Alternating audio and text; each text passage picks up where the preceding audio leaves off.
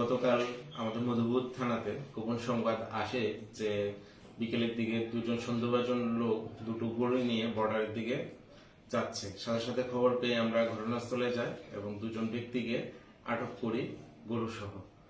এর পরবর্তী সময়ে খবর পাওয়া যায় যে এই গরুগুলি চুরি করে দেবীপুর ক্যাটেল ফার্মের থেকে চুরি করে বর্ডারে নিয়ে যাচ্ছিল, এগুলি অসৎ উপায়ে বিক্রির উদ্দেশ্যে। সাথে সাথে থানাতে আনা হয় তাদের এবং অ্যারেস্ট করা হয় এবং এই বিষয়ে একটি ওই ক্যাটেল ফার্মের যে ম্যানেজার গৌরব যাদব উনি এজাহার দেন এবং কেস রেজিস্ট্রেশন হয় থানাতে। তাদেরকে কোন জায়গা থেকে গ্রেপ্তার করছেন? তাদেরকে গ্রেপ্তার করেছি দেবীপুরের কাছে, বর্ডারের কাছে, জঙ্গলের মধ্যে। তাদের নাম? তাদের নাম হচ্ছে প্রসেনজিৎ দেববর্মা এবং অপর ব্যক্তির নাম হচ্ছে বিপ্লব দেববর্মা। দুজনেরই বাড়ি দেবীপুরের ইয়েতে। তাদেরকে কি করবেন এখন? এখন আদালতে ফরওয়ার্ড করা হবে। তাদেরকে আগে কোনো অভিযোগ ছিল? তারা সাসপেক্টেড ছিল দীর্ঘদিন ধরে, তো এই ইত্যাদি অভিযোগের ভিত্তিতে তাদেরকে আটক করা হয় এবং তার গরু সহ